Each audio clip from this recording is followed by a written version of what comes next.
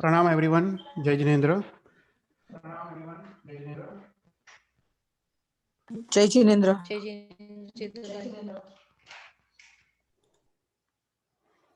So let's start Mangalacharan.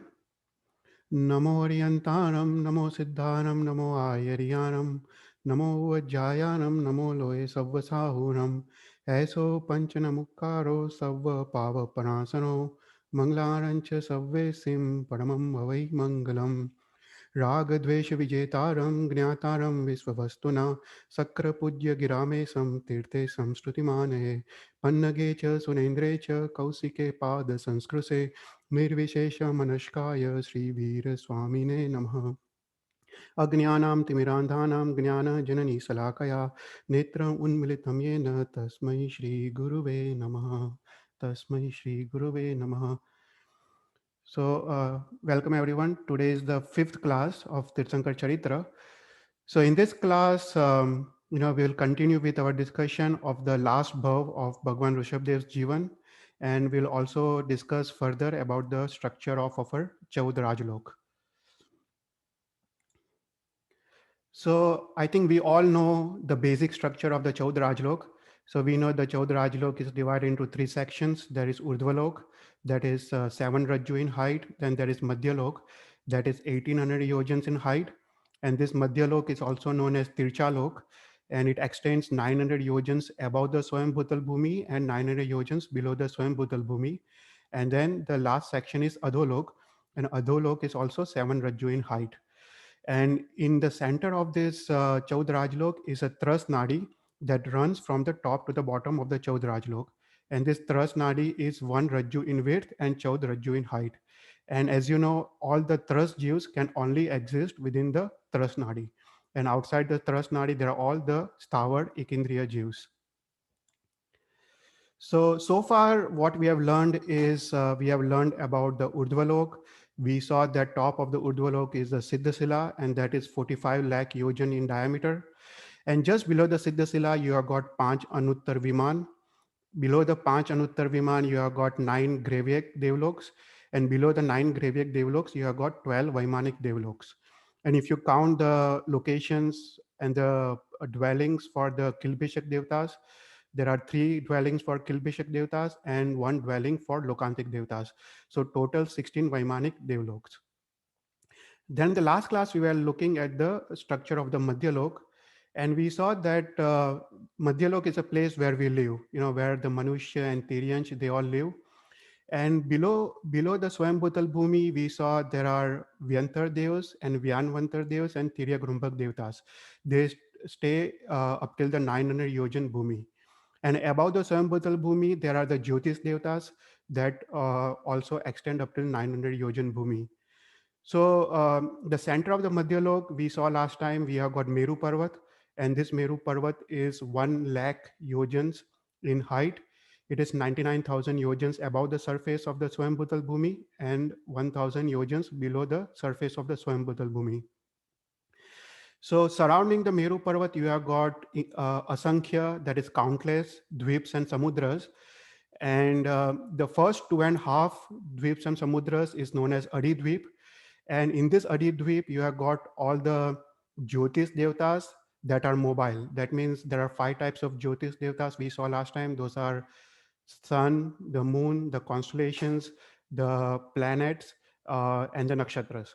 So all these Jyotis Devtas in the Adi Dvip, they rotate around the Meru Parvat. And in the Adi Dvip, we have got 132 suns, that is Suryas, and 132 Chandras. And outside the Adi Dvip, there are Asankhya, countless suns and moons, but they are all stationary. They do not rotate around the Meru Parvat. So this is a basic structure we were talking about last time. And then we also saw the Adholok. So Adholok, we have got 7 Narkavas, and we are going to talk about the details and the structure of the 7 Narkavas in this class. And we saw that in the first Narkavas, that is Ratna Prabha Bhumi, you have got 25 different types of Bhuvanpati Devtas. And out of that, 10 are Asur Kumars and 15 are Paramadhami Devtas. So we were discussing about some of the things given in the Jeev Vichar, and we saw that the Panchendriya Jeevs, they are classified in 535 different types. And in the last few classes, we discussed about 198 different types of Devtas. And we saw these Devtas are 99 types, and they can be both Paryapt and can be Aparyapt.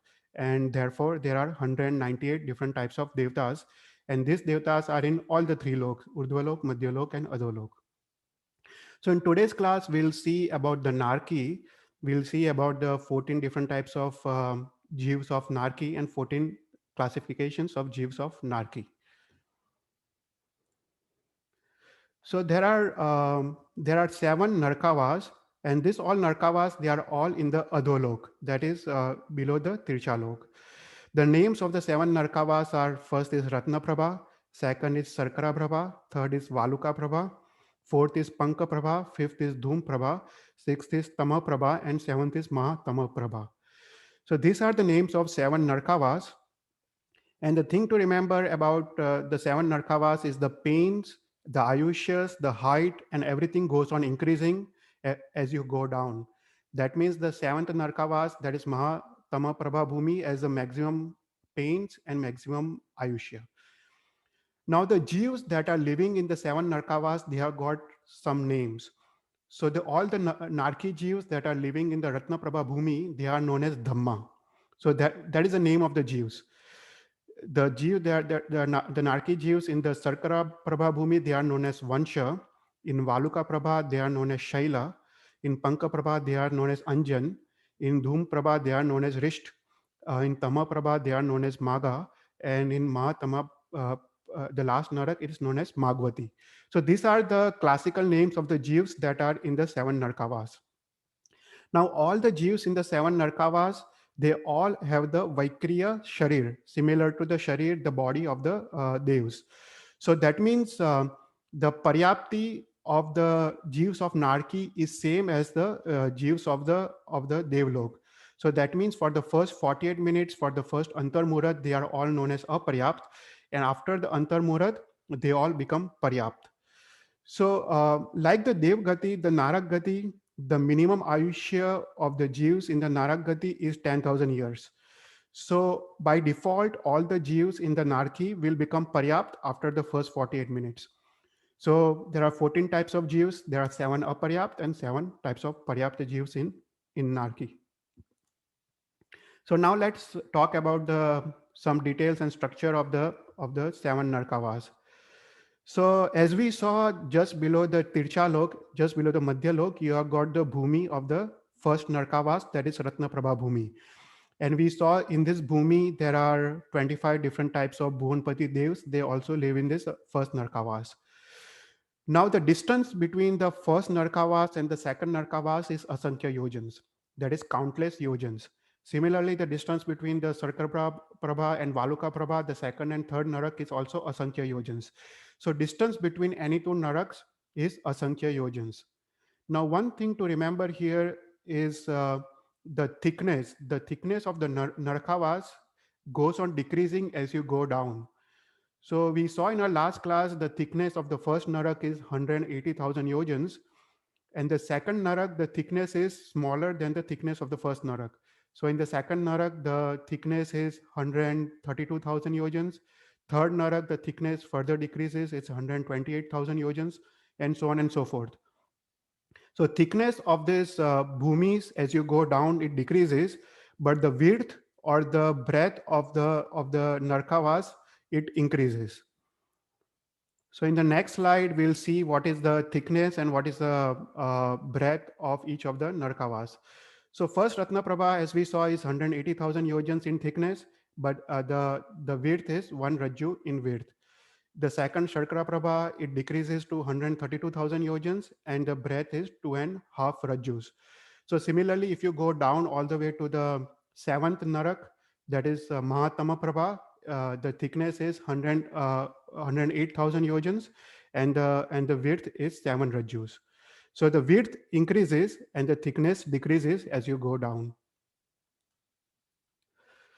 So if you see each of the Narkavas, the bhumi or the land of each of the Narak is supported by the 4 layers. So the first layer is known as Ganodadi, and below Ganodadi you have got Ganvat, below Ganvat you have got Tanvat, and below Tanvat you have got Akash. So what is Ganodadi? Ganodadi is a thick layer of liquid water. So thick layer of liquid water is known as Ganodadi. Then Ganvat is thick layer of air. Tanvat is thin layer of air, and Akash is just the empty space. So each Narkavas is supported by these 4 layers. So if you go from top to bottom, you will have the first, the Bhumi of Ratnaprabha, and just below the Bhumi of Ratnaprabha, you will have the Ganodadi, that is a thick layer of water. And below Ganodadi, you will have Ganvat, that is thick layer of air.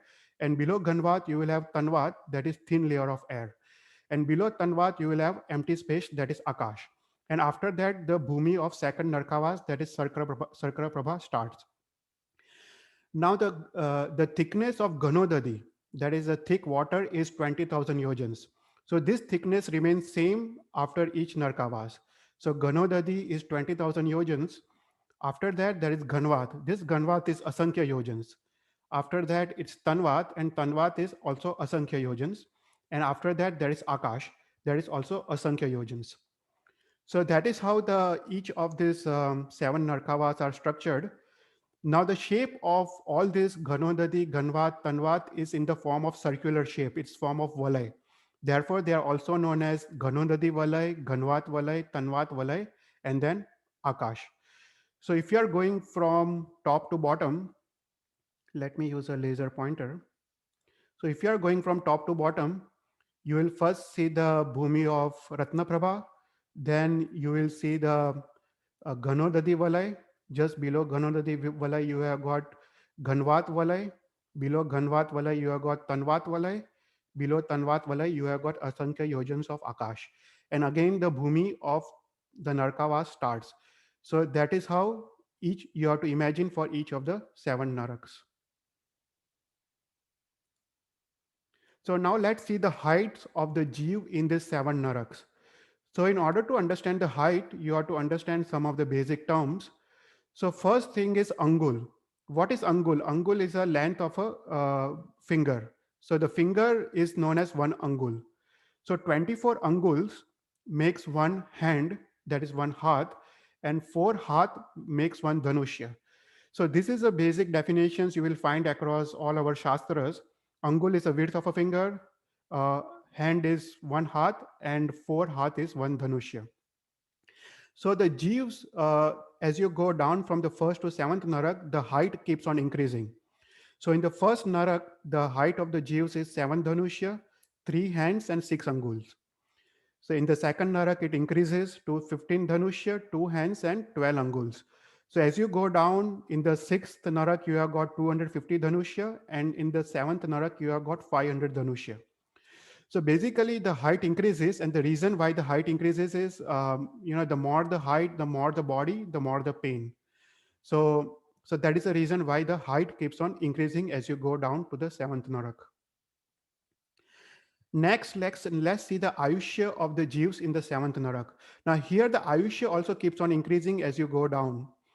So before we understand what is the Ayushya, let's understand some of the basic terms in terms of our time or our Kal in our Jain Shastra. So it is said that the smallest unit of time is known as Samay. And there are Asankhya Samays that goes through in a just blink of an eye. So one blink of an eye or 1 second has got Asankhya Samays. So countless Samay is known as 1 Avlika, and 256 Avlika is known as 1 Shulak Bhav. Now this 1 Shulak Bhav is the lifespan or the life cycle of the smallest Jeev, that is Nigod. So Nigod Jeev, they live for the time that is known as 1 Shulak Bhav, and that is 256 Avlikas. So 65,536 Shulak Bhavs is known as 1 Murat. And we all know 1 Murat as 48 minutes. The time we do the Samaik is known as 1 Murat. So that is 48 minutes. And 30 Murats, it makes 1 day. And then if you count 15 days, that if you count a Shukla Paks, or if you count a Chandra Paksh, it is known as 1 Ahoratri or 1 fortnight. and 2 Ahoratris, that means one Shukla Paksh and one Chandra Paksh, is known as 1 month or 1 mass, and 2 mass makes one Rutu, that is one season, and 3 seasons makes one Ayan, and 2 Ayans is 1 year, and 5 years in our Shastra is known as one Yug, and 84 lakh years is known as one Purvang, and 84 lakh Purvangs is known as one Purva. So that is where our counting basically stops after the Purva. There is no real numbers after one Purva. So after a Purva, there is a time that is known as Palyopam. So what is Palyopam? In order to understand Palyopam is basically countless years. But in order to understand Palyopam, our Shastra has given some definition. It says that if you dig a circular well that is 1 yojan in diameter and 1 yojan deep, and if you fill this well completely with the hair of yugliks, now the hair of yugliks are very soft and very small, and you fill this whole well completely with the hairs of yuglik, that no more hairs can come inside this well, and and every 100 years you take out one hair, and the time it takes to empty the whole well is known as one palyopam. So it's basically countless years.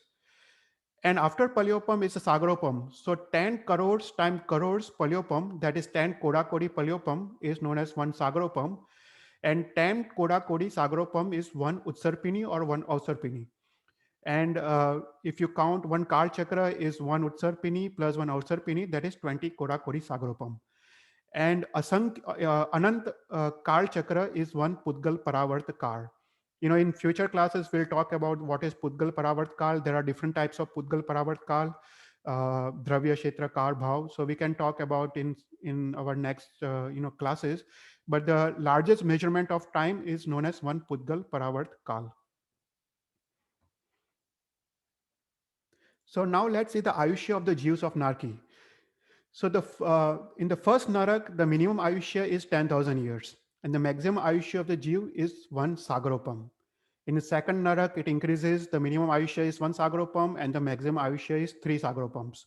So similarly, the seventh Narak, the minimum Ayushya is 22 Sagaropams, and the maximum Ayushya is 33 Sagaropams.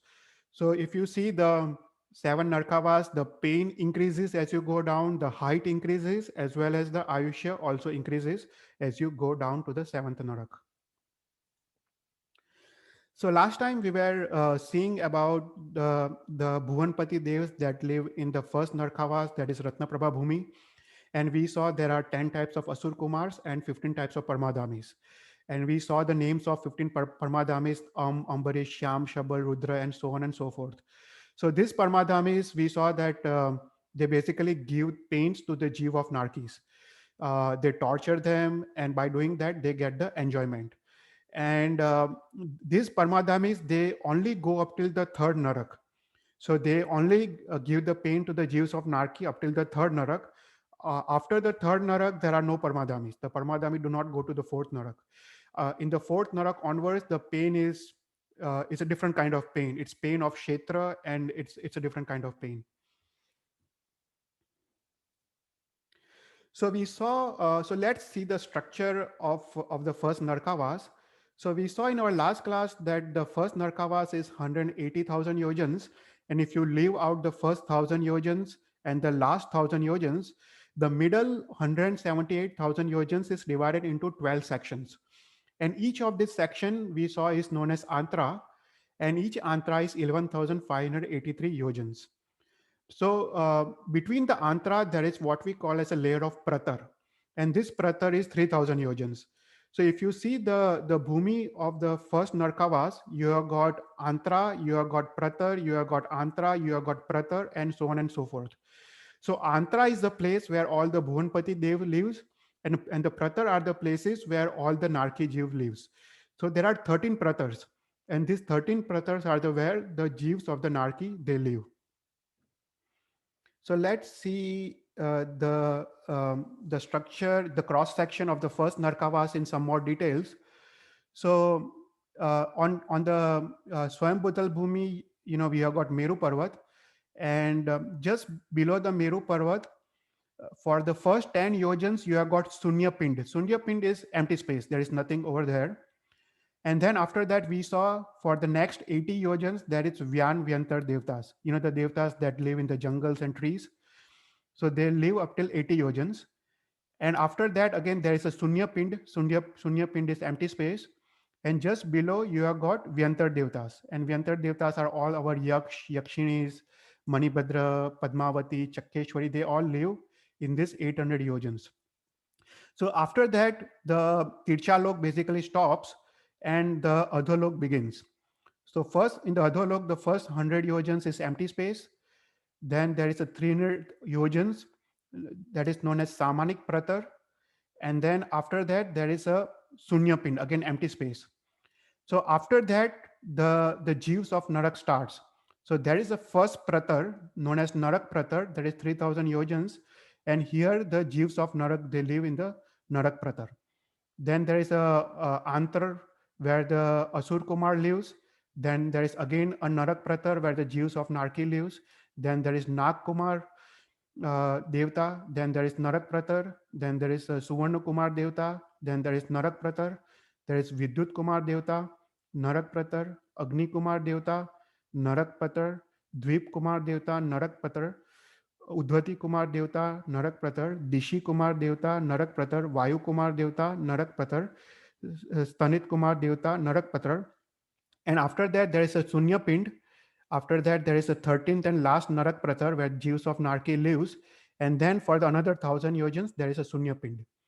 And after that, you have got Ganodadi Valai. This is a thick layer of water.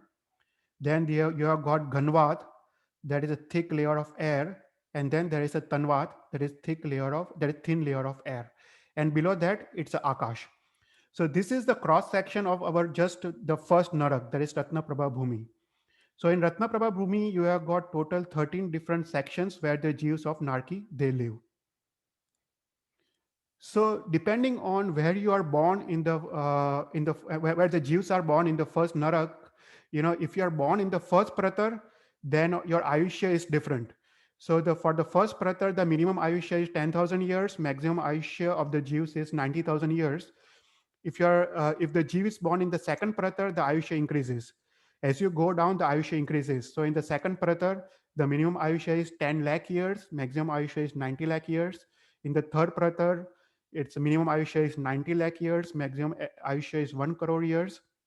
And if you go down, the 13th Pratar, the minimum Ayushya is 9/10 of a Sagarupam and maximum Ayushya is 1 Sagarupam. So if you just look at the first Narkavas, the minimum Ayushya is 10,000 years and maximum Ayushya is 1 Sagarupam. But again, they have got 13 different places where they can, where the Jews are born in the first Narkavas. So now let's discuss, some of the pains of the Jews of Narki. So the Jews of Narki, they usually have 3 types of pains. So the first type of pain is known as Kshetrakrut pain. That is a pain because of the geographical reasons and the environmental conditions. The second type is the Paramadhami Krut pain. The Paramadhami, they inflict the pains, and this is only up till the third Narak. And the third type of pain is known as Anyakrut pain. That is a pain that each Narki they give to other Jeeves of Narki by fighting among themselves. So these are the 3 types of pain that Jeeves of Narki, they go through. So in today's class, we'll talk about the Kshetrakrut pain and also the Anyakrut pain. And in the next class, we'll talk about the Paramadhami Krut pain. There are 15 types of Paramadhami, and in each Paramadhami, they have got one, what you call a speciality, or the way they give the pain. It's different. So we'll talk about that in much detail in our next classes. But in today's class, let's talk about the Kshetrakrut pain. So in Tattva Sutra, there are 10 types of Kshetrakrut pain that is described. So first type of pain that all the Jeeves of Narki go through is the pain of hunger. So in the Shastra, it is said that the pain of hunger or bhuk is so severe and so intense that a single Jeev of Narki, they can eat all the eatables in the Chaud Rajlok. That means they can eat all the food grains, fruits, sweets, everything in the complete Chaud Rajlok. And then too, their hunger will not subside, but rather it will go on increasing. So Jeeves of Narki, they are in such tremendous torture of extreme hunger that they spend the entire lifetime, long lifetime, shouting and screaming under extreme pain. So that is the first type of pain, that is a pain of hunger. The second type of pain is pain of thirst. The pain of thirst is also so extreme and so severe that it says that if a jeev of narki, if he can drink all the water in the Chaudrajlok, he can drink the waters from the ponds, rivers, lakes, everything. And then that too, after doing that, his mouth, his lips, and his tongue will still remain dry. And he will always experience a sense of dryness. And the more he tries to escape from the pain, the greater the intense the pain becomes. So that is the pain of thirst. The third type of pain, the jeev of narki, is the pain of cold, and it is known as shit vedna. So it is said the pain of cold is so intense and is so severe that that if a manusya living here, if he has got a cold or asthma and is not able to bear even the slightest cold temperature, if such a manusya is made to lie down without the clothes in the most coldest place on earth, on top of the mountain, with the snow falling and with the extremely strong cold breeze, the amount of sufferings he will go through is nothing in compared to the jeeves of narkis. So jeeves of narkis will have asankhya times more pain of the cold than such a manusya. Then the fourth pain is a pain of hot, that is Ushna Vedna. And it says that for comparison, a person who is in the Manusya lok, who is born in the cold climate and is unable to bear even the slightest heat, if such a person is made to sleep on the bed of burning coal and hot wind is blowing, the amount of pain he will go through is nothing in comparison to the Jeev of Narkis. So Jeev of Narkis will have asankhya time more pains of hot climate compared to such a Jeev in the Manusya Lok. Now, one thing you have to understand, this pain goes on increasing from the first to seventh narak. So the seventh narak, the pain is the most intense. Then the fifth type of pain given in the Tattvar Sutra is the pain of diseases and pain of fever. So Narki Jeeves, they have constant fever, and they have got the amount, the number of diseases, they go on increasing as you go down. So in Shastra, it says in the seventh Narak, the Jeev of Narkis have got 5 crore 68 lakh 99,584 diseases. So so the Jeev of seventh Narak as is constantly under pain of fever and diseases. Then the sixth pain is the pain of burns.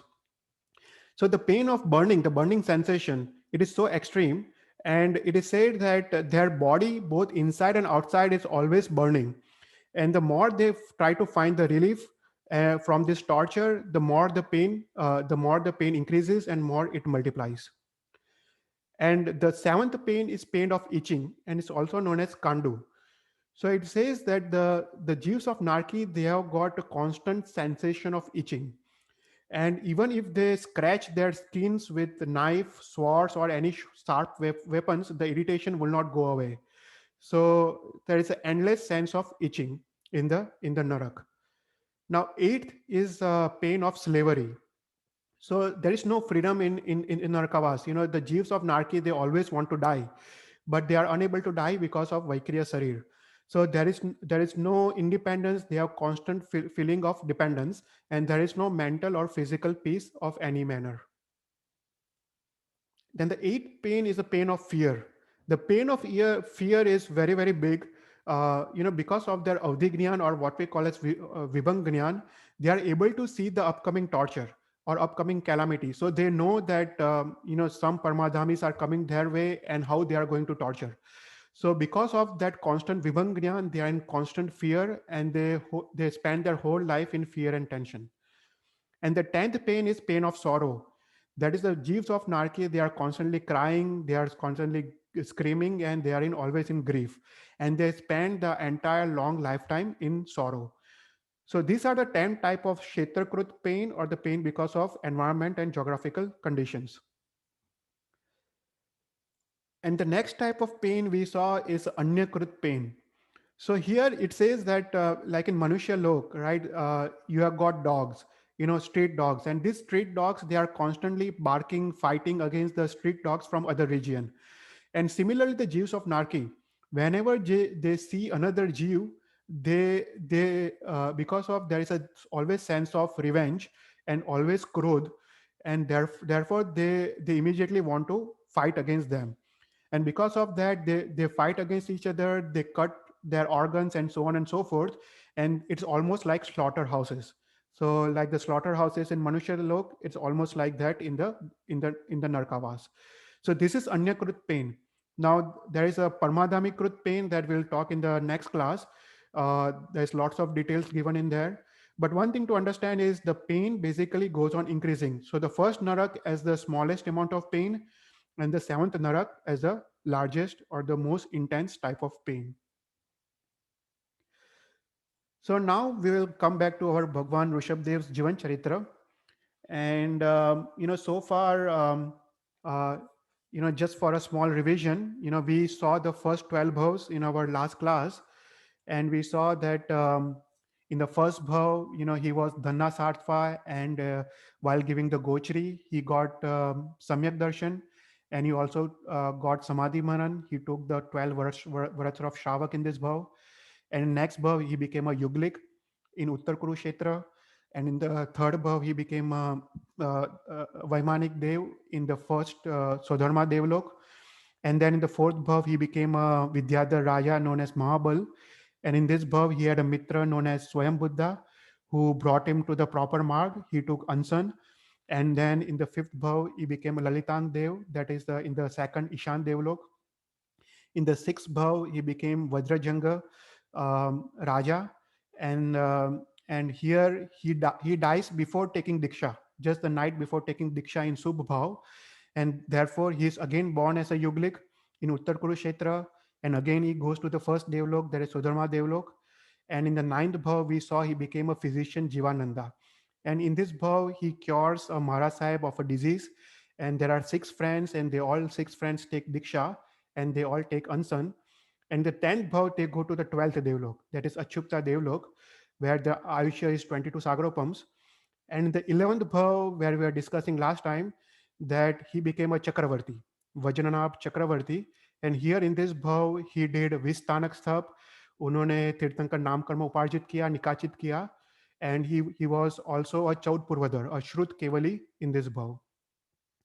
And we saw that he did Uttam Charitra for 14 lakh Purvas in this bhav. And in the 12th bhav, he went to Anuttar Viman, that is Ayushya of 33 Sagropams. So we were discussing that after completing the Ayushya of 33 Sagropams in the Anuttar Viman, the Jeev of Vajranabh Chakravarti, or Jeev of Bhagwan Rishabhdev, comes to the Kukshi of Mata Marudeva. And in this bhav, Mata Marudeva is asleep in the bed chamber. And when the Bhagwan Rishabhdev, Bhagwan's Jeev, comes to the Kukshi of Mata Marudeva, Mata sees 14 great dreams. So here Shastra gives a very good and very detailed explanation of 14 dreams. And it's very nice to understand these 14 dreams, what is the meaning of each of these 14 dreams. So let's first discuss the 14 dreams. So in the first dream, Mata saw a bull, and this bull was white. He was massive shouldered and with a long straight tail.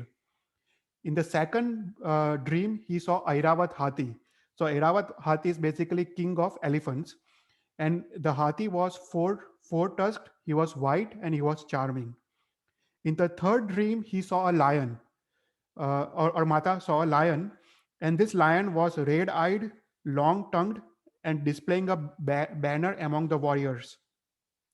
In the fourth dream, Mata saw a goddess Lakshmi, and this goddess Lakshmi was resting on a lotus, and her eyes were also resembling lotuses. And she was surrounded by the elephants who were lifting the pitcher of waters. In the fifth dream, she saw a mala of flowers from various divine trees. In the sixth, she saw a moon producing radiant light of joy. In the seventh dream, she saw a sun giving a delusion that it was a day at that time, though it was night, destroying all the darkness. and having a blazing light. In the eighth dream, Mata saw a flag with a flattering pennant. In the ninth dream, she saw a pitcher or a comb of water, a gold pitcher, its mouth covered with a full-blown lotuses. In the 10th dream, Mata saw a lotus pond. 11th dream, a ocean of milk, pleasing the mind with the masses of high waves. In the 12th dream, an heavenly Viman with immense luster. In 13th dream, a great collection of jewels or ratna with radiant light massed in the sky like a collection of stars. In the 14th dream, she saw a smokeless fire that was like a collected brilliance of all the brilliant objects in the three worlds. So Mata saw these 14 dreams entering her mouth at the dawn. And Marudevi Mata, she woke up at the end of the dream and with a smiling face of lotus, as if pouring forth joy, unequal joy, she goes to tell the dreams to Nabi. So Nabi tells Marudevi Mata that your son will be the best of Kulkar. Now Nabi explains the dream in accordance to his own knowledge and own simplicity. So here, the thrones of the Indras, they shook. जब भी पांच कल्याणक होता है, जब इंद्र का सिंहासन वो हिलता है, so thrones of the Indras they shook, and Indra started thinking, what is the reason of the sudden trembling of our thrones? Then employing Avdhignan, he realizes the chavan of the first Tirthankar of this Avsarpini in the Bharat Kshetra. So here now what happens is, when the first Tirthankar is born, it is little different than how the remaining 23 Tirthankars are born, because in the first Tirthankar there is no dharma.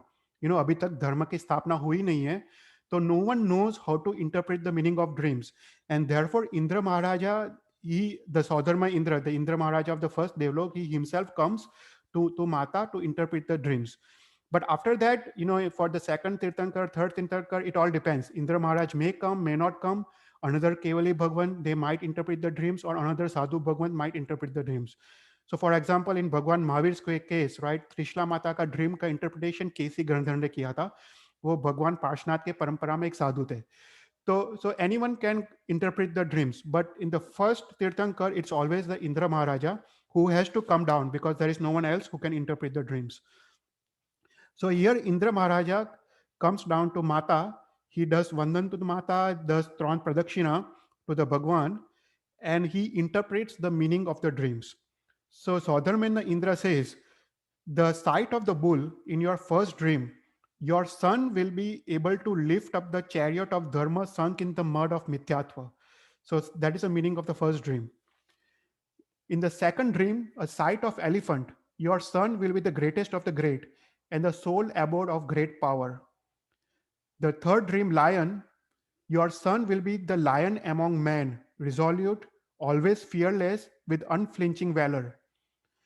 From the sight of Sri Lakshmi, your son will be the best of men, will be Lord of glory of the three worlds. From the sight of Mala, of flower, your son will be auspicious, his rule will be worn as a garland by all the world. The full moon means your son will be pleasing, a joy to the eye. The sun indicates your son will be a creator of the light, that is Samyak Gyan, to the world and the destroyer of Mithyatva. The flag indicates your son will be a Dharma banner, a founder of Dharma Marg in this world. The kumbh full of water means your son will be a vessel filled of all the Atishayas, that is Ant Pratiharyas and Chautris Atishayas. The lotus pond means your son will take away the pain of all the Jeeves fallen in the desert of Sansar. The ocean, the milk ocean, means that your son will be accessible to all the Bhavya Jeeves and will give a Sanmarg to all the Bhavya Jeeves. The heavenly Viman means that your son will be worshipped and pujaniya by all the devs of the Vaimanik Devlok. The heap of jewels with a flashing light means your son will be the heap of jewels of virtues or guns. The flaming fire entering your mouth means your son will be respected by all the Pandits and Vidyadhars. So, hey Mata, it is indicated by these 14 dreams that your son will be the first Tirthankar of this Avsarpini, and his Rajya will extend to Samasta Chaud Rajlok. So, having related the interpretation of dreams and having done Vandan to the Mata, Indra Maharaj, they go back to their respective places. So here Mata Marudevi, her body is sprinkled with the nectar of joy by the Indra Maharaj interpretation of the dreams. She became very beautiful by the embryo. Her eyes became very wide open, as if extremely eager to see the face of his son. At that time, her wealth of beauty increased greatly. She became very beautiful. Even though she was carrying the embryo, the soul essence of the three worlds in her womb, she did not become tired. So, this is the power of Aryan Paramatma in the embryo stage, that Mata never gets tired. So gradually in the womb of Marudevi Mata, the embryo grew bigger. And by the power of this embryo, Mata Marudeva became extremely compassionate towards all the Jews. So she became compassionate by nature. And by the power of the embryo, his father Nabi was honored more than his forefathers by the Yugliks. By the power of the embryo, the Kalpavruksha becomes more efficacious. So if you remember the end of third ara, the Kalpavruksha, they almost had stopped giving all the results, but because of the embryo, Bhagwan Rishabhdev's Jeev, the Kalpavruksha became more efficient. So when 9 months, 7.5 days had passed, at the midnight of the eighth day of Chaitra, the planets being in the Ucha position, the moon being in the conjunction of Uttarashadha Nakshatra, Mata Marudevi gave an easy birth to a son or a twins. Basically, Yuglik paida hote, so a son and a daughter. Then there was a light in the three worlds. So if you remember, whenever there is a Kalyanak, there is a light in the Samasta Chaud Rajlok. And this causing surprise to the eyes of the world, destroying darkness. Even the Jews of Narki, they experienced joy and happiness during the Kalyanak of this Bhagwan. So now we will discuss the Janma Mahotsav of the Bhagwan. Now this is very interesting. It is very good to know how the Janma Mahotsav is celebrated whenever the Tirthankar is born. So whenever a Tirthankar is born, the first thing that happens is 56 Dik Kumaris, they come. Even before the Indra Maharaj comes, the first what happens is 56 Kumaris, they come and they do the Suti Karma. So Suti Karma is basically all the things related to the birth of the Bhagwan. So here Shastra gives a very detailed explanation of the Janma Mahotsav. So the first 8 Kumaris living in the Asur Nikai, their thrones being shaken at once came to Mata Marudevi. The names of the Kumaris are Bhogankara, Bhogavati, Subhoga, Bhog Malini, Tayodhara, Vichitra, Pushpamala, and Abhinandita.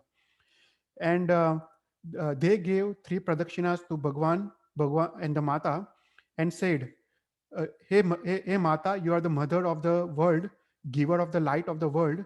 We 8 Kumaris living in the Asur Nikai have come here by his power to celebrate the Janma Mahotsav. Therefore, do not be afraid. Saying this, standing in the northeast region, they make a new birth house. So they create a completely new house that is made up of 1,000 pillars facing in the east. So they first remove all the gravels, all the thorns around the birth house, extending up till 1 yojan bhumi by means of whirlwind. And after that, they sit in the northeast corner and they continue to sing the stutis and the stavans. So likewise, having known the shaking of their thrones, the 8 Dikumaris living in the Mount Meru in the Urdhvalok. The names are Megankara, Meghavati, Sumega, Megmalini, Tayodhara, Vichitra, Varisena, and Balaka. So they come after doing Vandan to Jineshwar Bhagwan and announcing themselves as before. They quickly make a mass of clouds in the sky. For a 1 yojan bhumi around the house, they lay the dust completely with the perfume water. So वो लोग सुगंधी बारिश करते हैं. They made a shower of 5 colored flowers that is knee deep. So वो सुगंधी पुष्प का भी बरसात करते हैं. And singing the spotless virtues of Tirthankar filled with joy, they stood in their respective places. So 8 Dikumaris living in the eastern Rucheka mountains, they come in chariots. The names are Nandotara, Nanda, Ananda, Nandivardhana, Vijaya, Vijayavanti, Jayanti, and Aparajita. So after doing Vandan and announcing themselves, singing auspicious song, they stand in front of the Bhagwan holding the mirrors. The same number of Dikumaris living in the southern Ruchaka mountains, they come there impelled with joy. The names are Samhara, Supradatta, Suprabuddha, Yashodhara, Lakshmivati, Sesavati, Chitragupta, and Vasundhara. They did Vandan and they stand on the right with the kumbh or kalash in their hands. Then the eight Dikumaris living in the western Rucheka mountains. They come in haste as if outstripping each other from devotion. These names are Iladevi, Suradevi, Prithvi, Padmavati, Ikanansa, Naumanika, Bhadra, and Asoka. They stand behind holding the palm leaf fans and singing. The eight Dikumaris living in the northern Ruchaka mountains, they come quickly by the means of Abhyogik devs who had become chariots like a wind. The names are Alambusa, Mishrakesi, Pundrika, Varuni, Hasa, Sarvaprabha, Shri, and Ri.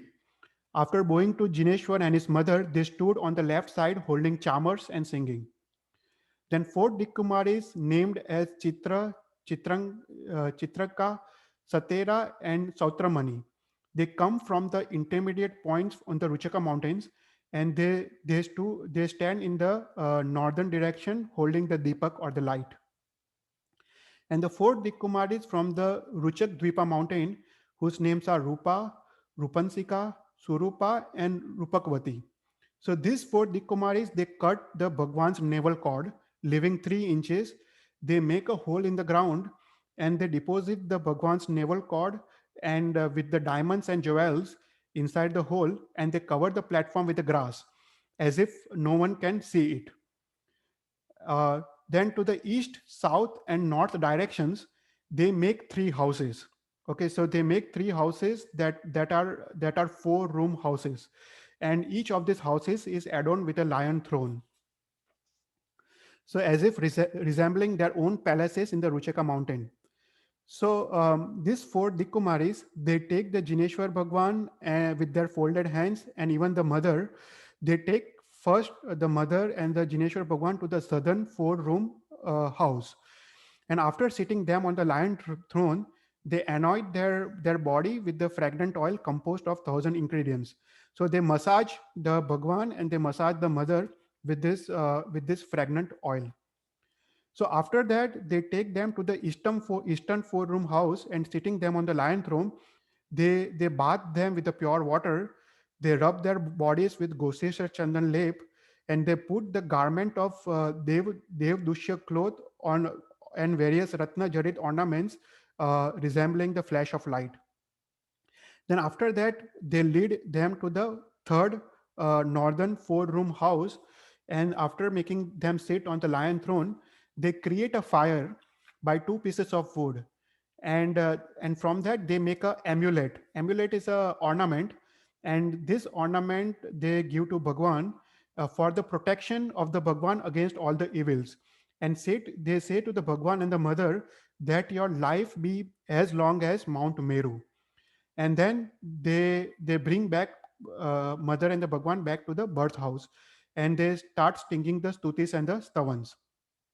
So this is what the 56 Dikumaris they do. First, before the Indra Maharaja comes for the Snatra Motsav, the 56 Dikumaris, they come and complete the Stuti Karma. Then after that, in the Devlok, there is a loud sound of the bells, like the sound of musical instruments at the time of wedding. And at the same time, the throne of Indra Maharaja, there is a Saudharma Indra in the first Devlok, his throne is shaken. And Indra Maharaja, his eyes becomes red with anger, thinking that who dad has challenged him to the war. Then Saudharmendra Indra, with composed mind, employs Avdhignan and comes to know the birth of the first Tirthankar Bhagwan in the Bharat Kshetra. So at once, his anger oozing from the joy becomes like a mountain. Saying this, he leaves the iron throne, and he takes 7 and 8 steps toward in the direction where the Bhagwan is born. And with the folded hands on his heads, and with the knees touching the ground, and his head erect with joy, he says the Sakrastav. So Sakrastav is a Namuttanam Stotra. So here Indra Maharaja says the Namuttanam Stotra. So that is also the reason why the Namuttanam Stotra is also known as Sakrastav. So after completing the stuti of the Bhagwan by Namuttanam Stotra, Here Sodharmendra Indra instructs the general of his infantry to that in the southern half of the Bharat Kshetra in Jambudvip, a depository of a good fortune, a Tirthankar Bhagwan has been born. And so summon all the devs for Janma Abhishek. So now the process starts of the Snatra Mahotsav. Then striking three times the bell of Sughosa, which has a sound radius of 1 yojan, he makes it ring. And with Sughosa, the bells of other palaces also starts ringing. So there are the bells, the rings in the 32 lakh palaces of the first Devlok, that is Sodharma Devlok. The general then announces to all devs. The general says, hear all of you. Sakrendra, whose command is not yet transgressed, instructs you with your devis that in the southern half of Jambudvip in the Bharat Kshetra, a Tirthankar is born. So please come to celebrate the Kalyanak Mahotsav of his birth. Hence, there is no other duty. So some from the devotion of Aryan Bhagwan, some drawn by Sakra's command, some made to move by their wives, and some carried along by their friends, they all come together under Chaudharma Indra's presence. Then Sakra, he instructs the Abhyogik Dev named as Palak to create the Dev Viman, a celestial plane that cannot be copied. Then Palak makes a celestial plane that fills the sky with a flood of light with 1,000 pillars. This plane is 500 yojans high and 100,000 yojans square.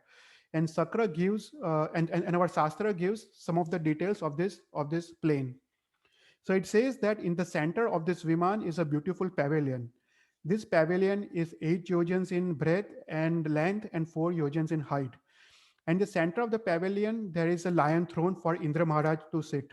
And near the lion throne, on the northwest side, on the north side, and the northeast side, there is 84,000 thrones for the shamanic devs to sit. On the east side, there are thrones for 8 Indranis.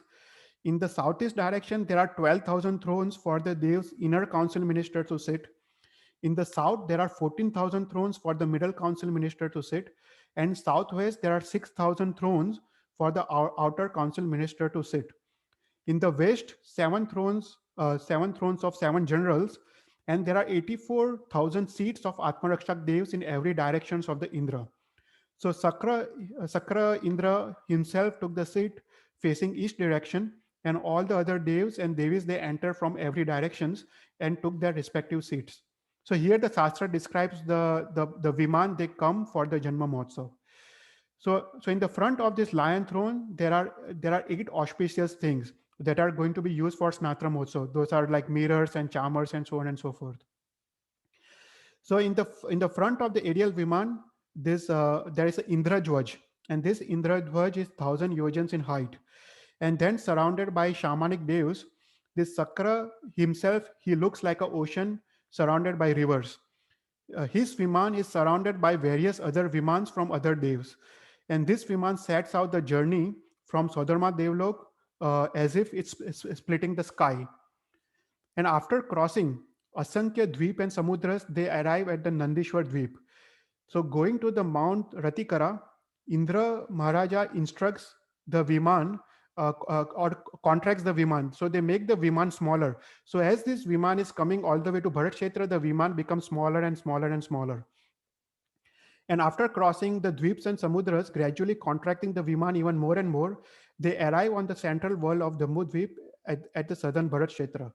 Then the Viman, it did the 3 pradakshinas of the birth house, like a sun going around the Meru Parvat. They parked the Viman on the northeast corner of the house.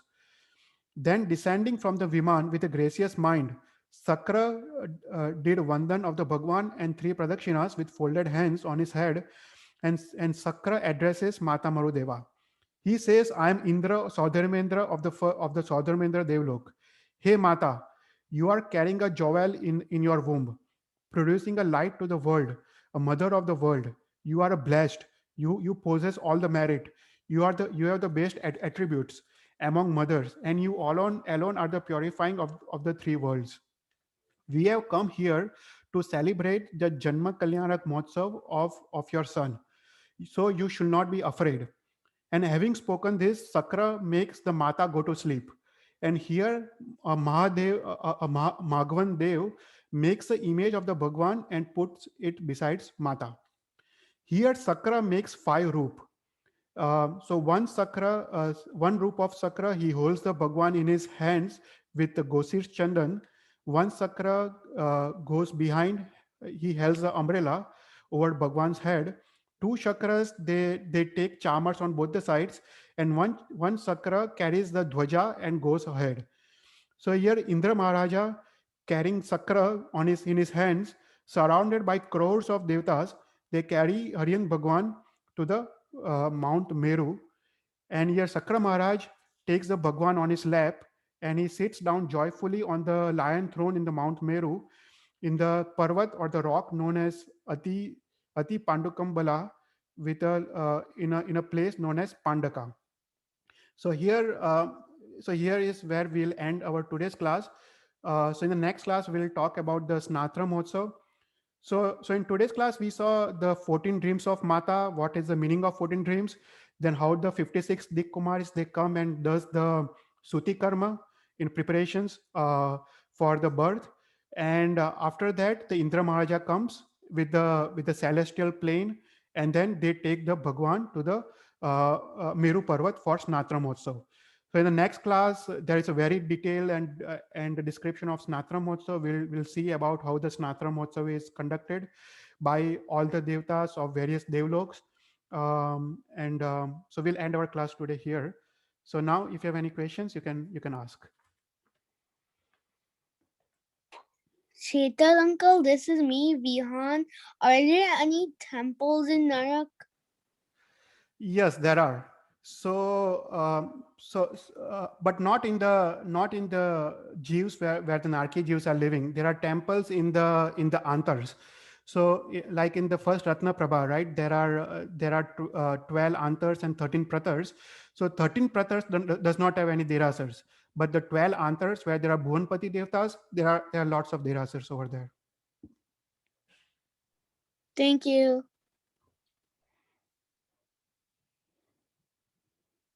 So any more questions? चेतल भाई, हाँ. तो जैसे कि ऋषभदेव भगवान और फिर युगलिका right साथ में बॉर्न हुए, तो युगलिका का कहीं पे वर्णन ही नहीं है, राइट? नहीं है आगे आएगा. वो उनके साथ ही मैरिज होता है उसमें. युगलिक वो ऐसा होता है ना कि युगलिक काल में boy and girl are born और उनका मैरिज होता है. राइट. और फिर पर जबकि एक ही टाइम पे बॉर्न हुए तो भी ऋषभदेव भगवान तीर्थंकर बन गए, है ना? और जो युगलिका यानी वो भी साथ में ही बॉर्न हुए, राइट? ऐसे जब तो ऐसा कैसे कि नसीब एकदम ऐसा बोलते हैं, राइट? एक ही टाइम पे बॉर्न हुए सब कुछ, तो फिर ऐसे कैसे कि इतने नसीब भगवान के अलग और इनका? या वो तो सबका अपना अपना कर्म भी होता है, राइट? या कर्म होता है.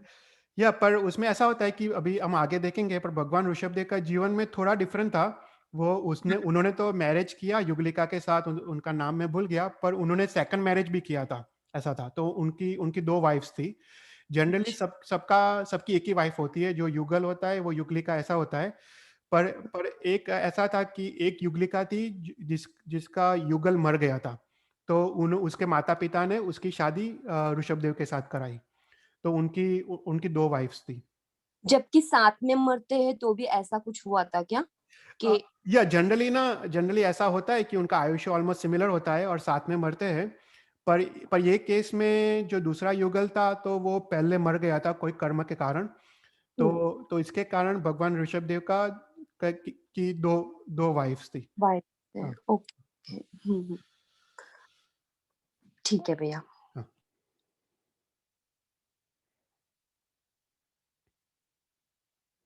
Any more questions?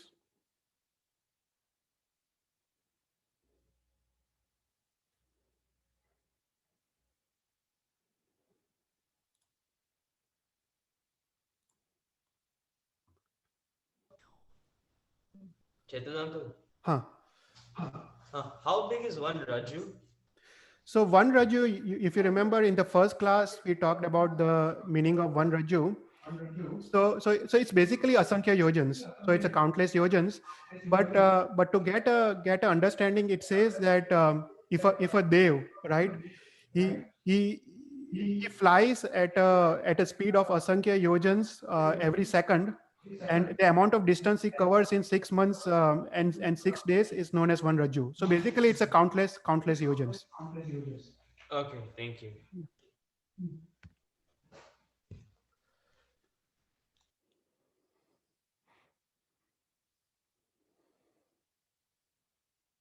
Any more questions? Yeah, in next class we'll talk about the narak in some more details, but it's very interesting how the narak and each narak is structured.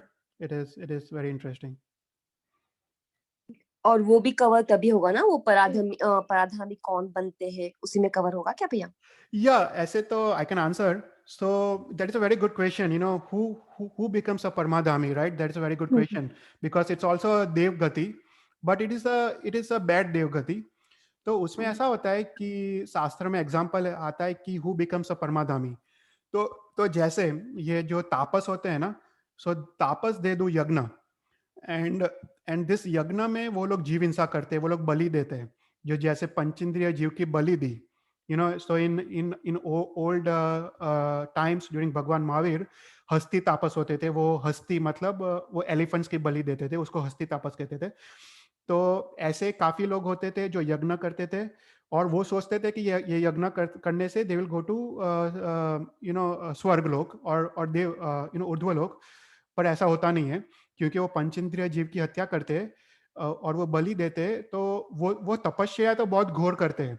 They do lots of तप, उनका तप काफी होता है, पर वो पंचेंद्रिय जीव की हिंसा के कारण दे बिकम अ परमाधामी देव. और फिर उसके बाद वो परमाधामी देव दूसरे भव में, एक दो भव में वापस दे गो टू नरक. वो खुद वो नरक में जाते हैं क्योंकि वो पंचेंद्रिय जीव के हिंसा के पाप के कारण. So this are some of the examples where क्यों लोग परमाधामी बनते हैं. ओके भैया, समझ में आया. Thank you so much.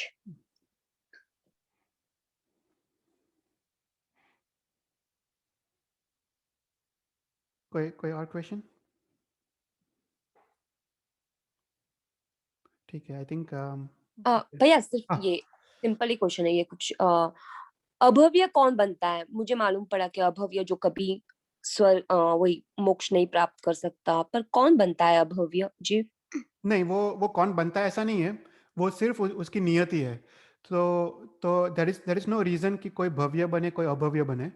वो it's because of his own नियति. नियति इज लक, मतलब जो कर्म से इंडिपेंडेंट जो होता है ना, उसको नियति कहते हैं. तो वो स्टार्टिंग से ही उसकी आत्मा की योग्यता के हिसाब से वो भव्य होता है या अभव्य होता है.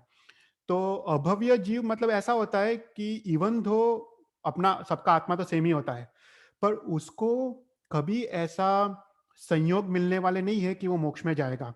जैसे निगोद के जीव, तो निगोद में तो अनंत निगोद है और एक निगोद में भी अनंत जीव है. तो अनंत निगोद से जीव कभी भी बाहर नहीं आने वाले, राइट. तो वो सभी अभव्य कैटेगरी में आ जाते हैं क्योंकि they are never going to come out of nigod. तो उनको ऐसे योग्यता, ऐसे संयोग नहीं मिलेंगे कि वो उनको मोक्ष प्राप्ति हो सकती है.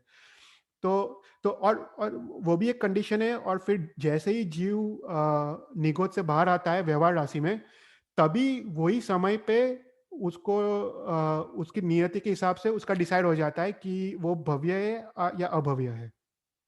And this is purely a luck. जो कर्म से इंडिपेंडेंट है उसको नियति कहते हैं. वो रैंडम है, रैंडम असाइनमेंट. ओके, तो so it is not related to karma, it's No. Just नियति. वो जस्ट नियति, there is no karma at that point. अच्छा, ओके, थैंक यू भैया. या मतलब ये काफी अच्छा क्वेश्चन है. ऐसे फिर ना जाति भव्य होता है, दूर भव्य होता है, काफी टाइप्स ऑफ भव्य जीव्स होते हैं. तो यहाँ पे ना शास्त्र में एक बहुत अच्छा एग्जाम्पल दिया है कि जैसे एक स्त्री है, राइट. तो एक स्त्री की योग्यता है कि उसका बच्चा हो, राइट. उसके वो योग्यता है. तो वो अगर मैरिज करती है और उसका बच्चा होता है तो वो भव्य, इस एग्जाम्पल ऑफ अ भव्य, कि भव्य ऐसे होते हैं कि उसको संयोग मिलता है और मोक्ष जाते हैं. तो ऐसे स्त्री को संयोग मिलते हैं और वो बच्चा कर सकती है, तो उसको भव्य कहते हैं. पर कितनी स्त्री ऐसी होती है जिसको कोई संयोग ही नहीं मिलेगा, राइट. इवन दो योग्यता हो नहीं हो वो सब सेकेंडरी है, उसको कोई संयोग ही नहीं मिलेगा तो वो अभव्य हो जाते हैं. और तीसरी सी ऐसी होती है कि उसकी योग्यता ही नहीं है, राइट? तो वो जाति भव्य हो जाती है। जाति भव्य भी अभव्य का ही एक प्रकार है कि वो कभी मोक्ष में नहीं जाते। सो सिर्फ भव्य जीव मोक्ष में जाते, जाति भव्य और अभव्य कभी मोक्ष में नहीं जाते, क्योंकि एक को संयोग नहीं मिलता है और एक की योग्यता नहीं होती है।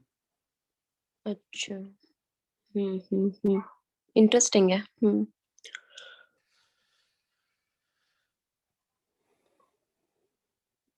ओके, तो भैया तुम मेरा ऐसे ही पता नहीं, ये मैंने जब छोटी थी तब सुना था, जो शत्रुंजय जाता है वो भव्य हो जाता है। राइट, नहीं बराबर है, बराबर है। वो भव्य की 3 कंडीशंस है, उसमें से एक कंडीशन है कि वो शत्रुंजय का भाव से स्पर्श करे। अपने में ऐसा है, द्रव्य से नहीं, भाव से। भाव से, ओके। भाव से स्पर्श करे, कुछ तो शुभ भाव से अगर शत्रुंजय का स्पर्श करे तो वो भव्य होता है।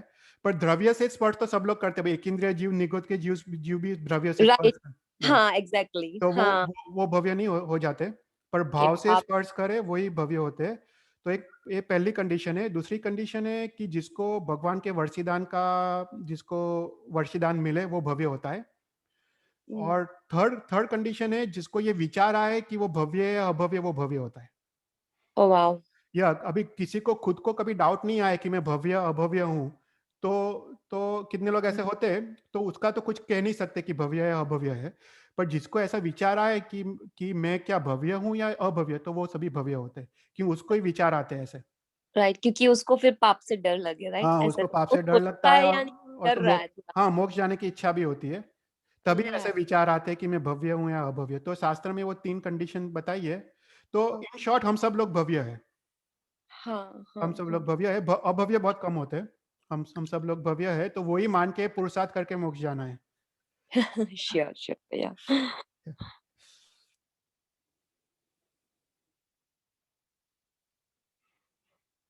ओके, यस भैया, अच्छा था आज का सब कुछ। वेरी नाइस टॉपिक, मजा आई। Thank you so much. तो एक नौकार गिन लेते हैं। नमो ओरियंतारम, नमो सिद्धारम, नमो आयर्यारम, नमो जयम, नमो ले सवसारम, ऐसो पंच नमो कारो सव पापणां सर्व मंगलांच सर्वसिमरं मंगलम जिनाग्न्या विरुद्ध बुलायो मिच्छामि दुक्कडम। Thank you everyone. Thank you भैया, मिच्छामि दुक्कडम।